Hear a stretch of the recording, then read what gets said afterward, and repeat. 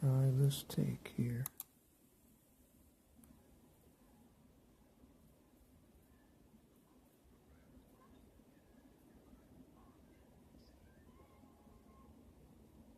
Another thing from the early days of television.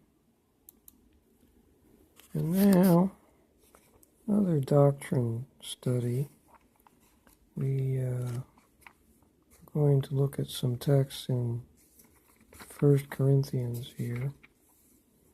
First, there's the beginning of 1 Corinthians 10, where it speaks of spiritual rock. Well, 1 Corinthians 10:4, you can look at it. It had been an ordinary rock. Then this rock was used by the Spirit for the miracle of providing water. The phrase spiritual rock does not mean it became a ghost or the original rock was taken away so God replaced it with another. God made that same rock his instrument. Now Christ is the way to God and life. So the rock was Christ, says the text, i.e., it was a type. John 7:37, for Jesus presenting himself as the one to come to and drink, relieve thirst spiritually. And now let us turn to 1 Corinthians 15, where we have that interesting phrase, spiritual body, which I fear some people have misinterpreted. Well, you know the passage, 1 Corinthians 15:44 in the context. Spiritual body, as seen in the study on spiritual rock, applying the adjective spiritual to body does not require transformation into a ghost or switching to one thing having abandoned the other, with no continuity, you know. A spiritual body that's what the text says. It had been a natural or soulish, more literally, body, but is now used by God as the instrument for dwelling always with Christ.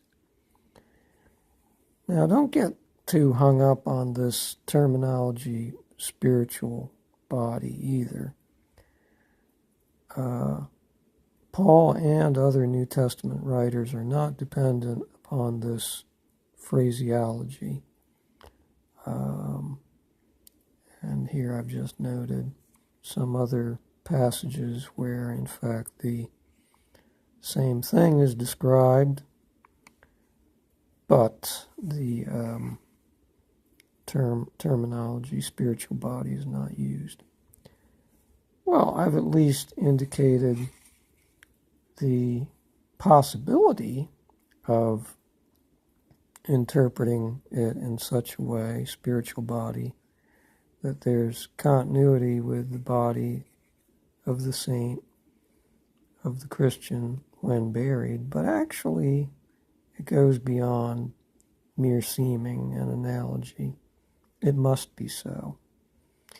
Here in the passage, 1 Corinthians 15, are 4 proofs of continuity between the dead body one buries and the resurrected saint's body. Chapter 15, verses 42 and 44. 4 times it repeats that it is raised. It's a remarkable amount of repetition. The text makes these 4 it is raised verbs. Let's pay attention to our grammar and parts of speech here. It is raised 4 times has the same subject as the 4 assertions in these same verses about the pre-resurrection mortal life. Same subject, continuity.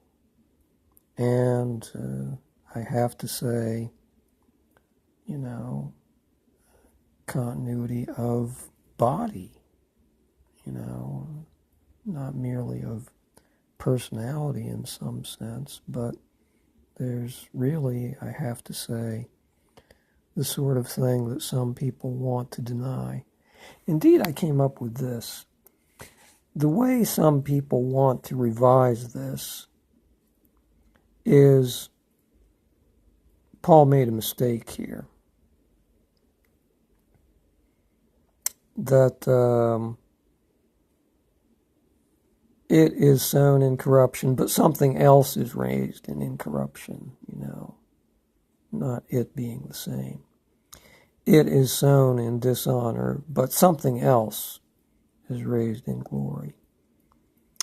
It is sown in weakness, but something else is raised in power. It is sown a natural body, but something else is raised a spiritual body.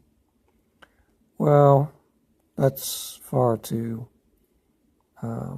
adventurous for me and making the text fit a system. Let's just have it say what it says and paying attention to the grammar and the parts of speech and all that.